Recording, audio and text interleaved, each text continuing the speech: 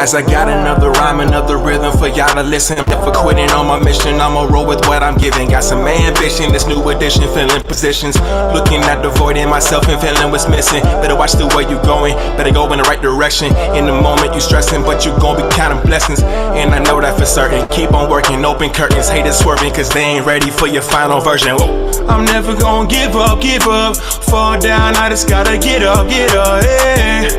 Cause this is my road. Let's camera action. You're listening to the Tom Ficklin Show on WNHHLP 103.5 FM, your home for community radio.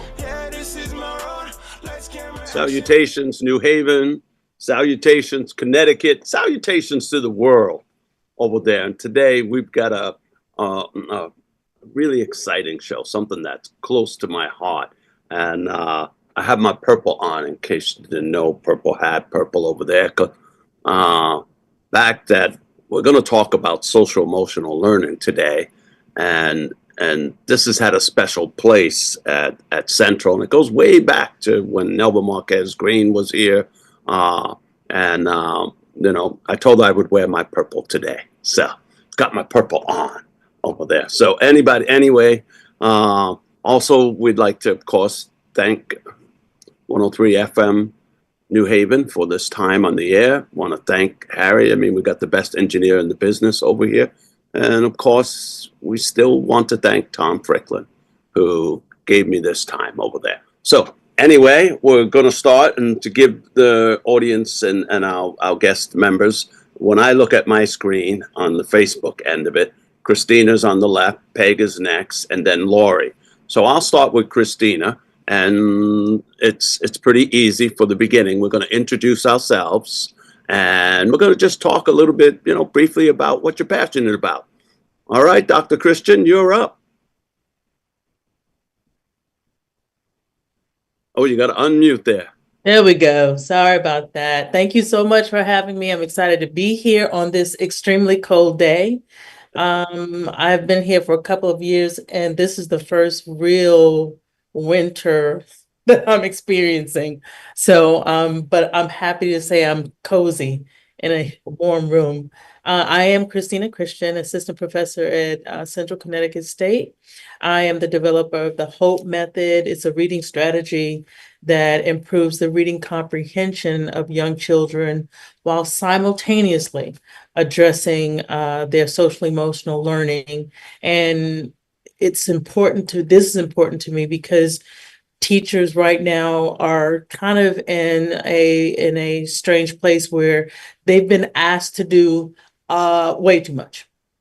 And so they're trying to figure out how in the world are we supposed to work on the academics as well as the social emotional needs of the students. So the HOPE strategy addresses that by allowing teachers to sort of use the things that they do in the classroom to also develop children and to address such an important issue like mental health. Thank you over there. And there's a reason that Dr. Christian and Dr. Blake are here, which will be connected to Peg, but they are recipients of grants from the center. So Peg, can you tell us who you are and what you're passionate about? Sure. Thanks for having me, Jesse. My name is Peg Donahue. I was a school counselor in both California and Connecticut, and I became a professor at CCSU in 2014.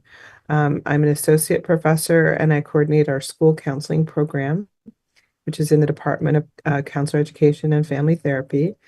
And I'm also on the team that helps lead our faculty-run Center for Excellence in Social Emotional Learning with my colleagues Tony Ryan from Ed Leadership and my colleague Ken Schell from the Clinical Professional Counseling Program in my same department.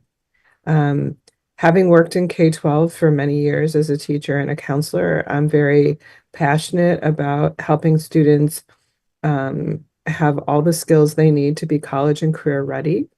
And part of that is helping students to feel competent in the areas of social emotional learning, like self-awareness, self-management, social awareness, relationship skills, and decision making. And having parented being in the process of parenting two that are in their 20s, these skills are important for working together in classrooms, but also for life and building the important relationships that get us through the most challenging times in our lives. And I think that schools have done an awesome job of pivoting to recognizing that this is one of the things that we need to be doing. So that's what we do at Central. We prepare teachers and school counselors and educational leaders to go in and help support or lead the charge to bring SEL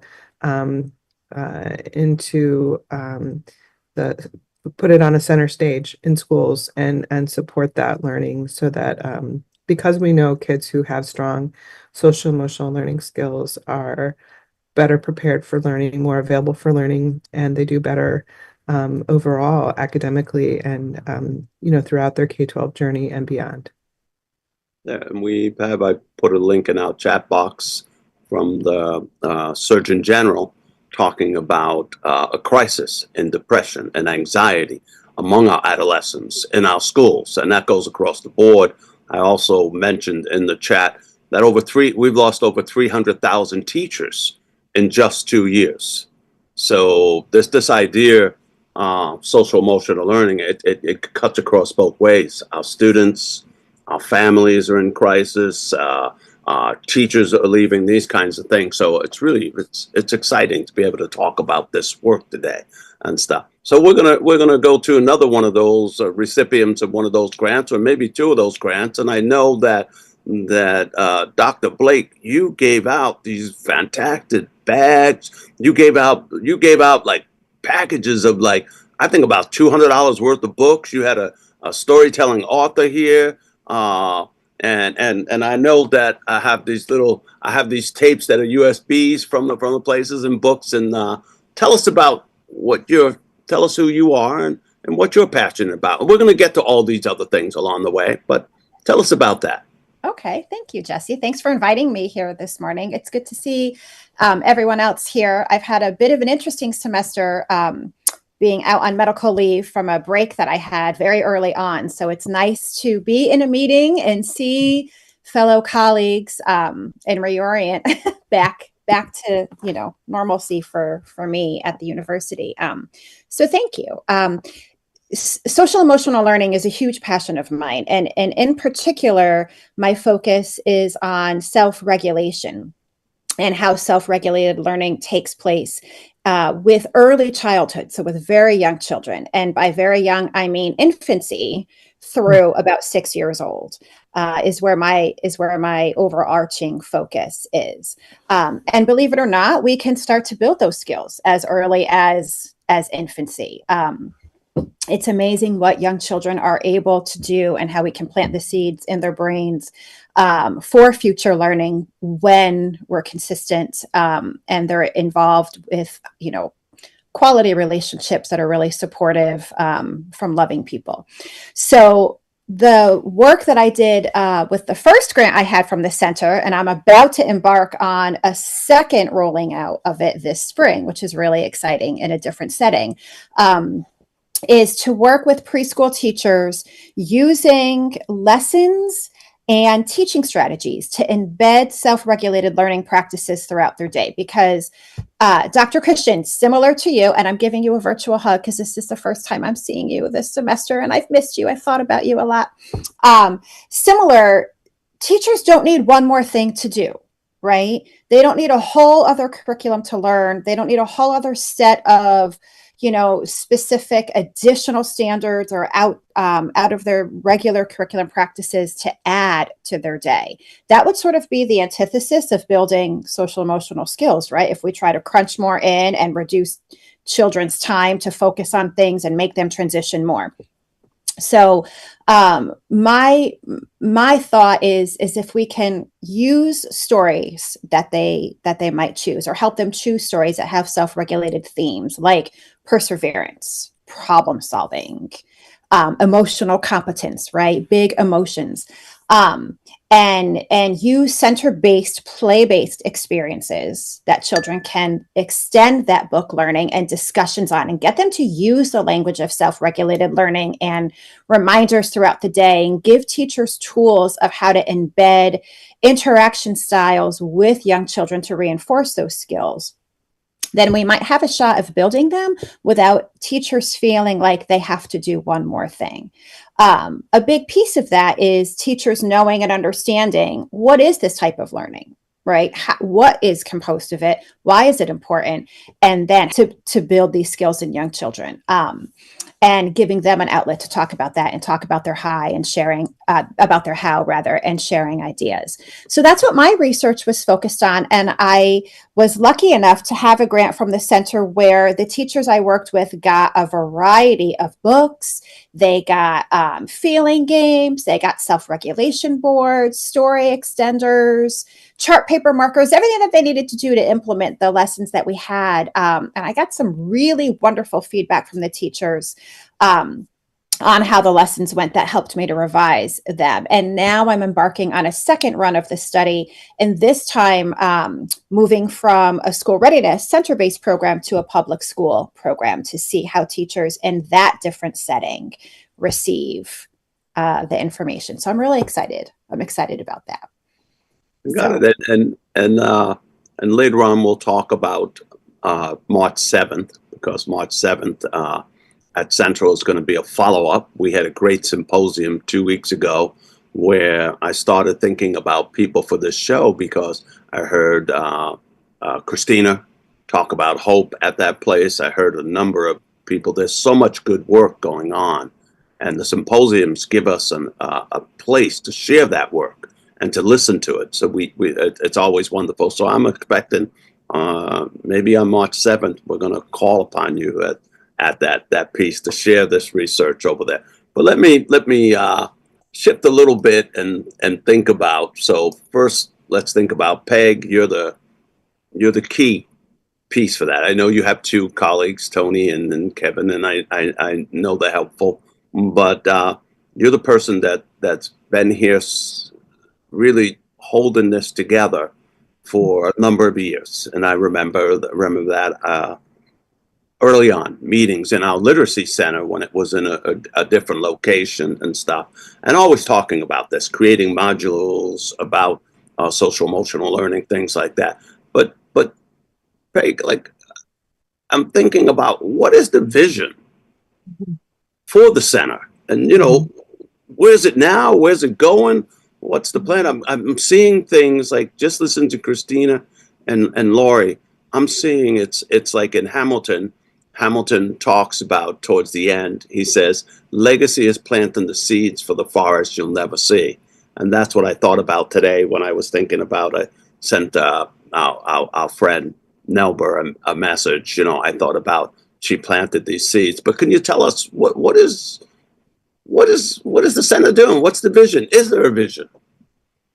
Well, there absolutely is a vision. And from the beginning, we've been very interested in three areas: research, training, and advocacy.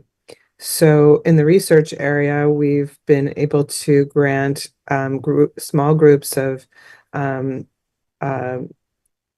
colleagues, professors at CCSU predominantly, these grants. They're not huge grants, but they're grants nonetheless, and to really support SEL related grants across multiple disciplines.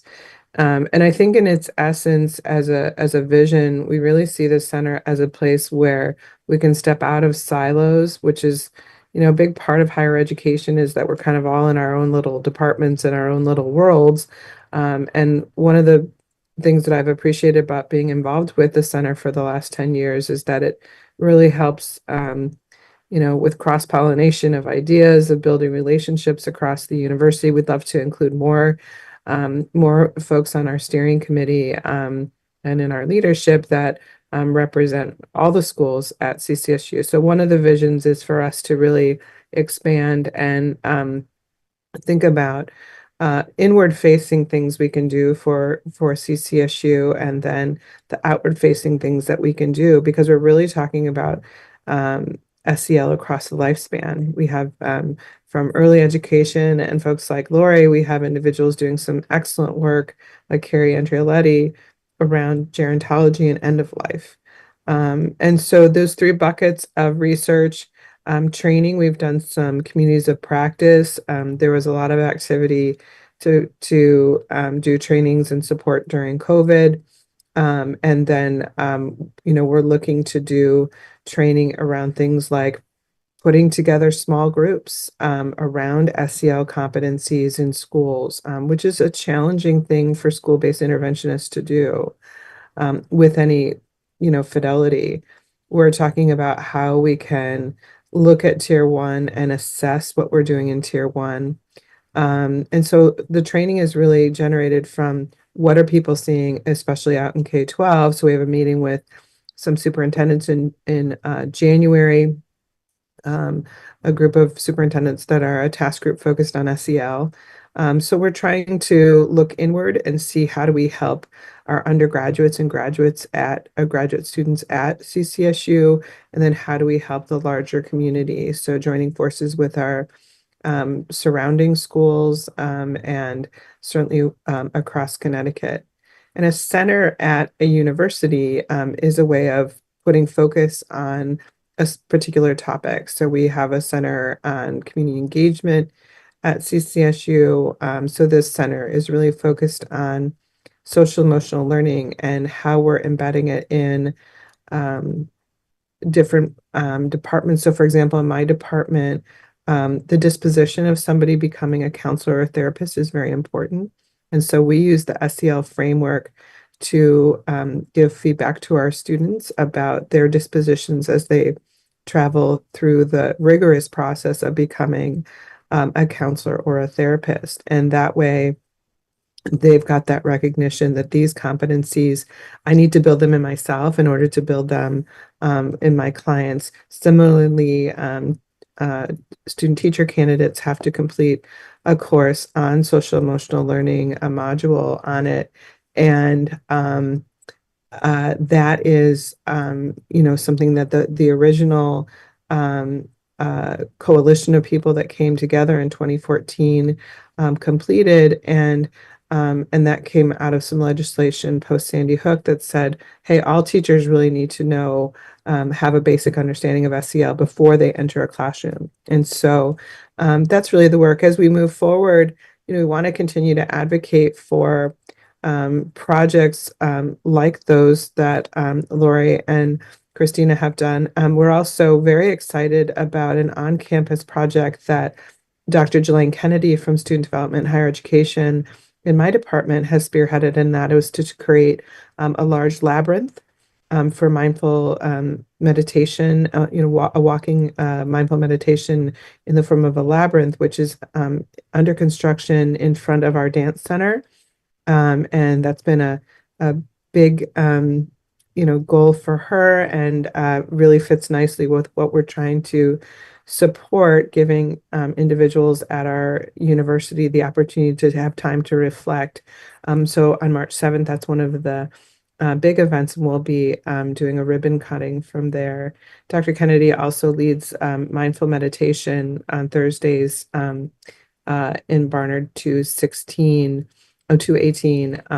for the entire university. So, we're trying to create opportunities for our students, undergraduate and graduate, to incorporate building their own capacity in the 5 competency areas so that they can give that to, they can kind of be a conduit of that in the important work that they do as educators, as counselors, therapists, and as educational leaders. And before we let you off the hook on this part, remind us about these 5 areas. Yeah. So the Collaborative for Academic and Social Emotional Learning, the national organization, has wonderful resources that tell you about these 5 areas and what the discrete skills are for each one. And that is self-awareness, knowing who we are and what's important to us, our values, our strengths, self-management, emotional regulation, like Lori was talking about, being able to manage our big feelings, both good and bad. social awareness, being able to read one another's faces, being able to identify when somebody's in distress, and then relationship skills, which is really what learning and living is all about. Is at the end of one's life, we're thinking back on those relationships that we've built and how satisfying they are and how we show up for them. And then ultimately, it's decisions that we make. So decision making skills. And when we think about a student moving K through 12 through or pre-K through 12 through our schools, they increasingly have to make more decisions that require them to be self-aware and require them to build relationship. When you think of a young person applying to go to college, and knowing what they want for themselves, what's going to help them to thrive, and they tap into those relationships, that for letters of recommendation, for people to say, hey, you'd be really good at that. So, what our goal always is as educators is that kids walk across the stage when they graduate with a yes feeling inside, both about themselves and about their plan for what they're going to do next, whether it's going to the military or vocational school or college or community college, coming to us at CCSU. We really want kids to have that yes feeling. And I think we can only have that feeling if we have strong social emotional learning competencies. All right, and then we're going to come back to you, Christina. But when we're thinking about this concept, we're looking at a world where if I go to McDonald's now, I don't talk to anybody. I go to a machine, I punch in some stuff. If I have a mistake in the order, it takes another 15 minutes to get somebody to correct it. We have put in the Surgeon General's report before on depression and anxiety, but he also has issued the warning about social media anxiety and stuff. So this whole idea that we're not talking to each other, because one of those things you said, social awareness. And I thought, well, at first I looked at that and I said, yeah, I have people who are not used to talking to people anymore, or not reading that I'm sad, I'm happy. Things teachers are generally good at this. Christina, you probably have worked with the group of teachers that I feel that have the highest level of anxiety right now. Yeah. Special education teachers, and you work with those special education teachers that are durational shortage teachers, and that means they're learning as they go, but we're putting them in harm's way right away. So could you tell us about them and why social emotional learning? Because later on I'll come back and I'll say, Peg, isn't this across the lifespans? Don't we worry about emotional learning? So Lori's reminding us right away from children, right away in there. Christina's going to tell us, well, you know what? There are adults becoming teachers and students in K-12. And believe it or not, I'm going to turn 70 in June, and my social emotional learning, it's over there. I've got to do that. So Christina, could you give us, because you've done some work. I've collaborated on some with the Hope Project with some of your teachers that were special education teachers. Could you tell us about how is the status of their social emotional learning? Ooh. Well, let me make sure that the listeners understand what you mean when you say durational shortage. Right now, throughout the nation, definitely Connecticut is no exception. And we have lost a lot of teachers. When you opened up the show, you mentioned over 300,000 teachers left the field. One of the areas that has been hardest hit is special education. And the reason I say hardest hit was because we weren't in the best condition to begin with. There's been a national shortage of special educators. And so what the state is now doing is they're bringing in willing educators, people who are leaving one career, coming into special education. So just leaving whatever your previous career was, coming into the field, that's a level of anxiety itself. Then you add to it all of the legalities around special education, because there's one thing to teach. So with special educators, you have the same that you have with all instructors. You have to teach in the classroom. So you're brand new to the field. You really don't know what you're doing. Sorry to say that, but you don't really know what you're doing. But you still have to figure it out. So I think that old adage, fly the plane while you build it, sort of thing, that's essentially what they're doing. So you're in the classroom, you're teaching, even though you're learning how to do it.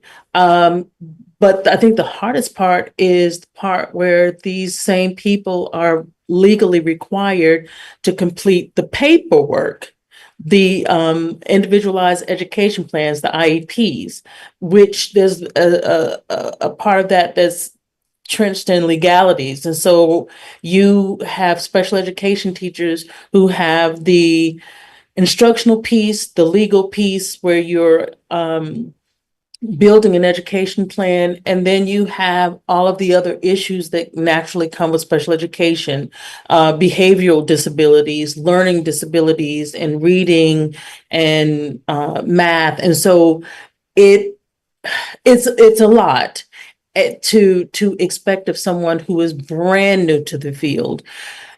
What we have learned is that our teachers who come in under DSAP, under this durational shortage, they're often very overwhelmed. Anxiety levels are very high because you're essentially doing a job that you don't yet understand how to do. And so when we're talking about social emotional learning for children, that's where our teachers get very overwhelmed because it really is one more thing that they don't know how to do. And so they're suffering their own anxiety issues, their own mental health issues, while we're expecting them to help children. And so one of the reasons why I really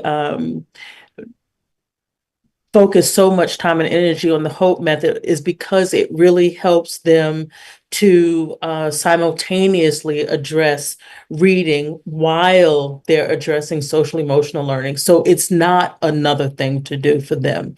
But it is something that we have to pay very close attention to, because when you have a teacher in front of you who is anxious, when you have a teacher in front of you who does not know how to self-regulate because they're in a brand new job with brand new demands, that trickles down to the student. So the students are affected when you have a teacher who's standing in front of you and filled with anxiety because they just don't know what to do. So Jesse, can I make a point just Sure. to underscore something that Christina made me think about? And Christina always makes me think about things. I love being in conversation with you. One of the problems that we have when we take a step back and we think about systems, which is what I train my students to think about, what systems do we have in place to support children, is that our system in schools is creating a level of anxiety, both for the students and for the teachers. And when you talked about a young person or someone new to special education going in and experiencing that overwhelm, what do they need in that moment? They need mentorship, they need supervision, they need support, they need breaks. They need to have the tools to do the job so they can sustain themselves, and it has to be scaffolded at where they are. That's why we have student teaching, that's why we have things. What we've done in education, and I experienced this as a parent, is that we've taken the curriculum and we've moved it down a couple. We've moved it down to the first grade curriculum down to the kindergarten, and the second grade curriculum to the first grade. My kids were 4 years apart in school, 3 years apart in age, and what my daughter experienced in kindergarten was more play, more creativity. What my son experienced was really what I thought my daughter did in first grade. And it was well intended because we've got these test scores that we have to, we have to do well on. And that was the bottom line. But anytime anyone, even a strong student, is asked to do something that they're not developmentally ready to do, it creates anxiety. So I see this in my graduate students. I don't feel developmentally ready to do this. Okay, so how do I scaffold your learning? And I think so we have to really take a step back and look systemically. And that's where SEL comes in and says, like, you need to be able to advocate for yourself. But I think we have to be very clear on creating systems in an anxious world where we're asking kids to do things they're not developmentally ready, and we've got adults around them that are experiencing anxiety. It's just feeding off each other, and so we have to sort of put an end to the madness. And I know, Jesse has spoken up very clearly against standardized, the focus on standardized testing. And I think we need a balance of things. We need to know how kids are doing. We need to assess, but we also need to make sure that our curriculum that we're creating is inclusive, supportive, nurturing, and developmentally appropriate for learners. Because if every day I went to work and I was asked to do things I didn't know how to do, I don't think I'd want to keep going. So yes, and it's this piece over here when I'm looking at this crisis that because yes, we know we got a teaching shortage crisis, and yes, we spend $2 billion on standardized assessments that come back the next year, come back the following fall. We take them in the spring, they come back. If your medical doctor gave you what they said, this is a critical assessment of your health, and by the way, come back to me next fall, you would drop that doctor right away. So that's I know that component over there is a major issue. But I'm thinking, and Christina, those DSAP special education teachers are already in the classroom, and Peg is talking about doing the things that really matter. A lot of the policies during the teaching shortage crisis have been focused on recruiting new teachers, just getting them, and so Dr. Julian Vasquez-Healy, the provost at Western Michigan State University and a key researcher on equity in our schools, talked about this. I think it was 3 years ago that when the teaching crisis started coming, it could be 4. But what happened is he was on a show on a guest, and I had seen the billboards going to New York that said, "We need teachers." And then all of a sudden I was visiting my daughter in Queens, and I came back and I said, wow, they're on this side too. But when I asked Dr. Vasquez about that, he said, well, I said, what can we do? And this is the difference between the policies that I'm seeing right now.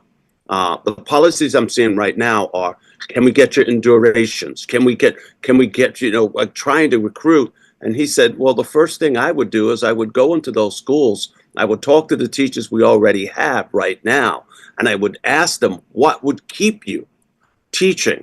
Because if we lost 300,000 teachers in 2 years, his idea was the policies that we're focusing on right now, it's like trying to fill a bucket full of holes with water. He's saying, this is not that. So yeah, and I think that key, and I hear what you're saying, Peggy, you're talking about that social, emotional well-being.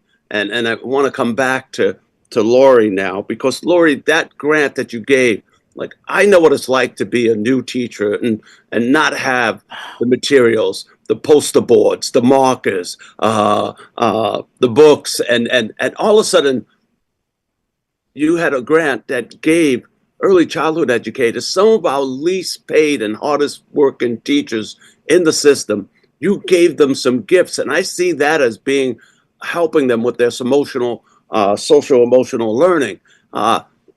You said that you had positive feedback from them. Talk about that again a little more. Tell us how I'm sure you didn't give them $1,000. I bet you we're probably talking about maybe $50 worth of stuff. And meanwhile, we are spending hundreds of millions of dollars in the state recruiting new teachers, and probably not hundreds of millions of dollars keep them. But tell us about those early childhood and that little gift you gave them. Yeah. It's funny, actually. You'd be surprised how excited they were. I went and I got little buckets from Staples, and in the little buckets with handles, I put, their markers. I put the books associated with their lessons and the printed out lessons. I put the emotions memory card, game, and I put the self-regulation file folder that I made for them, of choices and some other nuggets and things. And they were so happy to receive that. They were so happy that in an organized way, they could plunk that in a place that they could reach easily in their classrooms. But what was interesting is that they said that it helped to remind them that the concepts of self-regulation are important to teach and reinforce and embed throughout the day on a regular basis. And that was the point, right? It was also the point to support them. You know, this conversation of supporting the educator is critical. One of the things I asked the teachers to do in this study was to complete their own self-regulation inventory, because I think it's an interesting piece. And Christina, I feel like we should explore this together somehow in the future, looking at maybe pre-service or recently in-service teachers.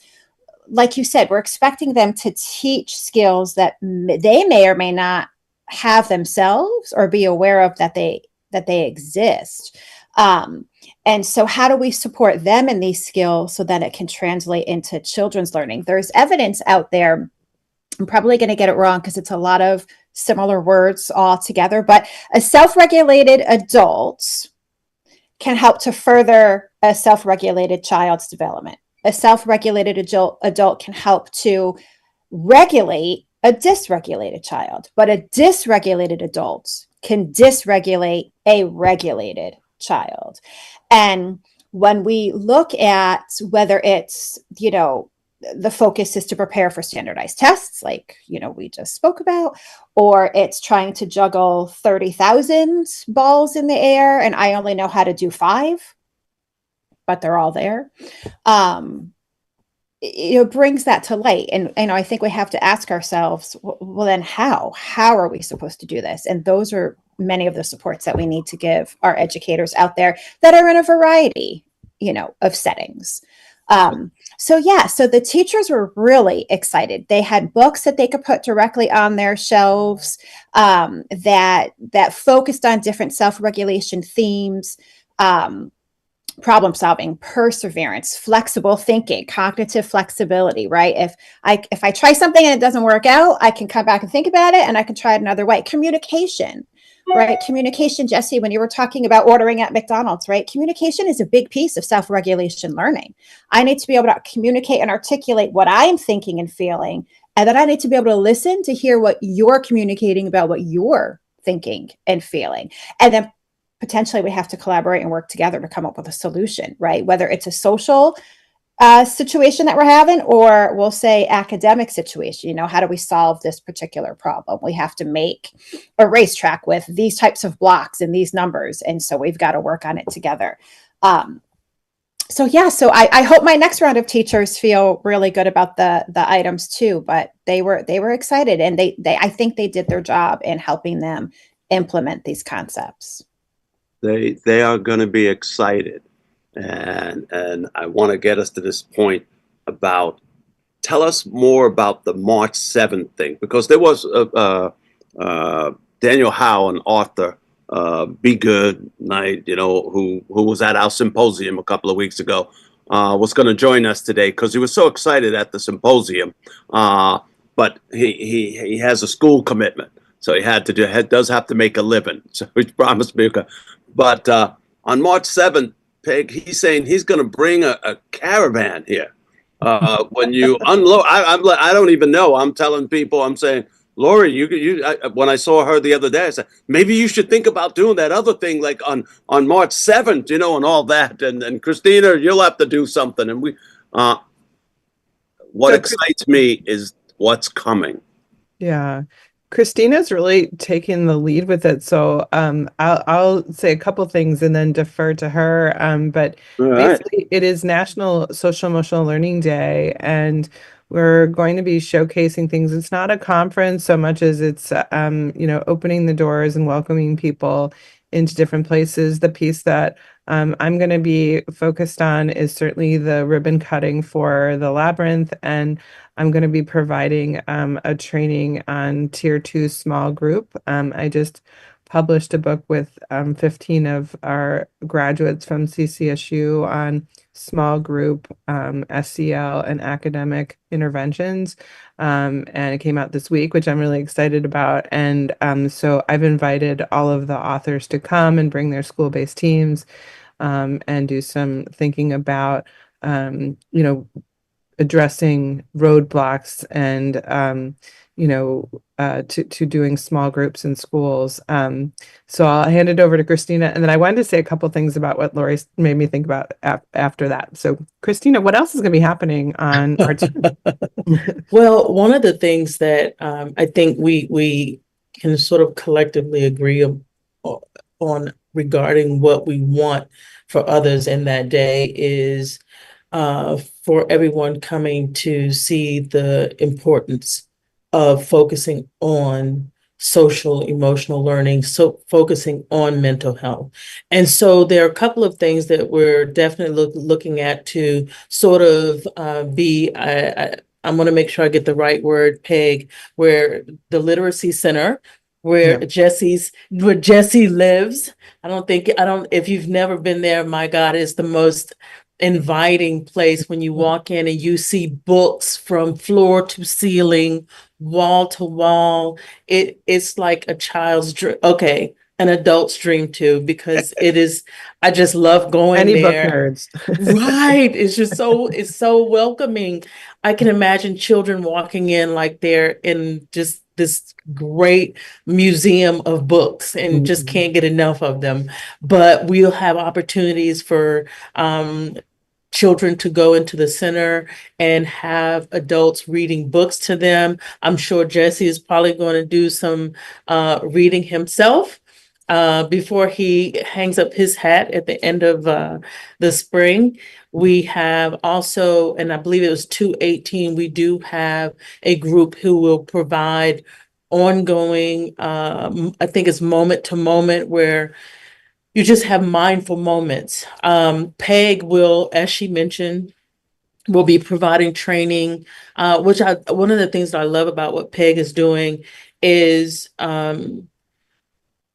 I know the average reader doesn't understand when she says tier 2 what that means. So oftentimes if you're in school and you have children who are struggling, and no matter what the teacher does, they can't seem to help the student, no matter how many phone calls they've made to the home, nothing is really working.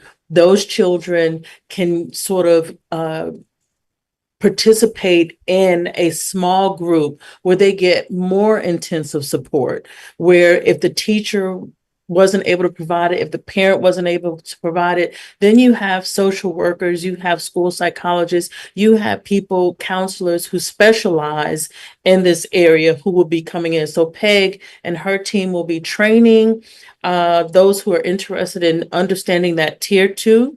I will be focused on tier 1. I am the person who I can't preach this enough. Prevention.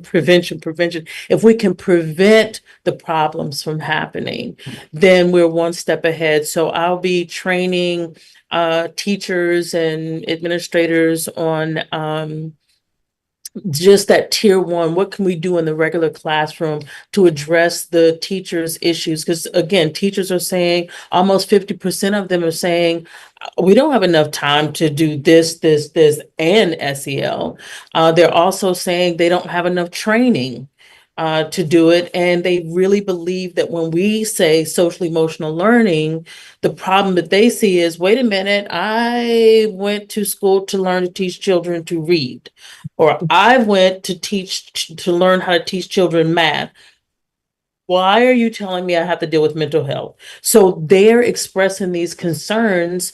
And so the hope is that when we get together on March 7th, we will help them to see that this is not an overwhelming barrier. This can be done. It can be done with ease. There will also be an administrative component where we're looking for Tony to kind of come in and provide that support, but I won't get into that one because that's outside of my Under wheelhouse. construction. We have parts Right. of the planning is under construction for sure. Yeah, I think it's going to be a great day. I think March so. 7th at CCSU is going to be an incredible day. So there's so many things we haven't even, we need to just sit down, Peg, and have lunch because there are things happening. We all will. Daniel Howe's like, you're now going to be daddy book time. He's making avatars He's writing songs. I'm supposed to sing. We're supposed to do something that we did, recreate Lamar Burton's Reading Rainbow, and also something we did when during the COVID that the Literacy Center and the Anna Grace Project did about just reading good stories each night. Each night we read over 1,000 stories during that time, during that COVID in that sense. But I'm getting to this point, and I just want us to help people understand something, that most of what teachers do these days is being scripted for them. And so you can't blame them. If you say the children are not learning because they're not teaching the right thing, then you need to blame the policymakers, the superintendents, the legislators, because they have implemented and legislated and mandate that you teach these things. But that's one thing. But well, Jesse, that's exactly the point I wanted to make after Lori was talking about teacher SEL. I'm sorry to interrupt, but it's exactly what you're saying, is that my first fall as an educator was in 1990. And the last time I worked in the school was 2014, but I've stayed connected with schools. And the number one thing that has been taken away from teachers is autonomy. And the thing that you need as you get older and adult development is autonomy, because you need to be able to make your own choices. Teachers are highly intelligent individuals, and they have excellent social emotional learning. They wouldn't go into this field if they didn't love children and if they didn't love their subject area. So when you put adults in a situation where every year you hack away at the creativity and the autonomy that they have to do their magic in their building, in their classroom, that is heartbreaking. And it's a very hard situation to sustain yourself in, because we all need to be fed by our work and experience that positivity. And I think that when we have this opportunity to talk with educational leaders, and it's like, oh, we're worried about the teachers' social emotional learning. It's like, end the madness of all the mandates and all the scripting, because teaching is creative. It's a craft. And I think that in itself, if we took some of that pressure off, that would help attract more people to the field, sustain more people in the field, and also help people to flourish as the best way they can. And so that, and doubling their pay, which should be happening anyway. But I'm sorry to interrupt you, but that's exactly what Lori was saying that got me thinking. Can I piggyback off of that quickly? Piggyback, of course. It then translates into the children, right? So when they have highly prescripted days all day long, and we have 1,000 transitions, and we have inadequate time to really deeply think and get into our learning, and we're told what to do and how to do it.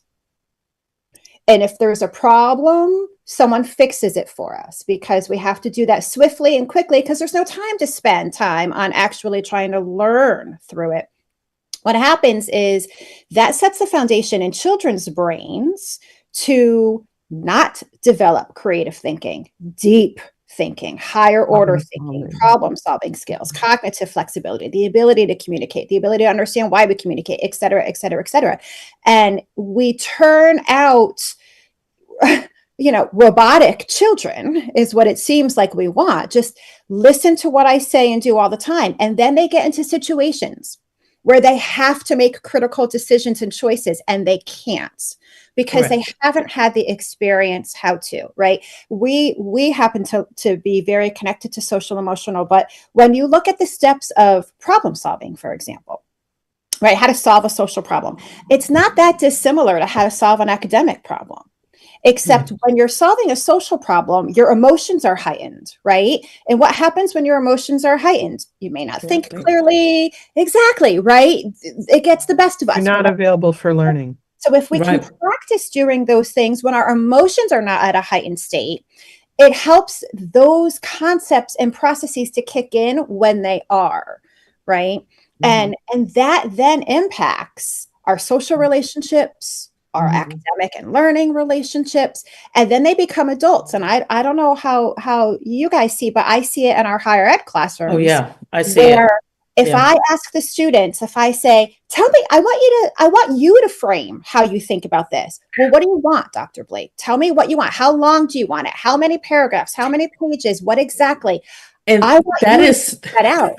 that is such a trigger for me because I can't tell you enough how 2 decades, because since No Child Left Behind, it's been 22 years, that push for standardized testing, what we have, it is mind-boggling to be in a classroom where you have adults, and they're looking for you to tell them exactly what to do, exactly what to think, exactly what to say, because their entire school experience was somebody telling them every second of the day what to do, when to sit, when to stand, when to read. It was just choral reading, everything.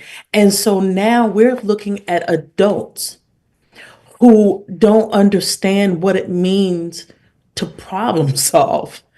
And when you explain to them what it is that you're looking for, they're still looking for you to sort of choreograph everything for them. It is the most fascinating thing I've ever seen. The damage that has been done through standardized testing. I think it's far more reaching than we think. I agree. I mean, I structure and absolutely agree. predictability is important for a good classroom.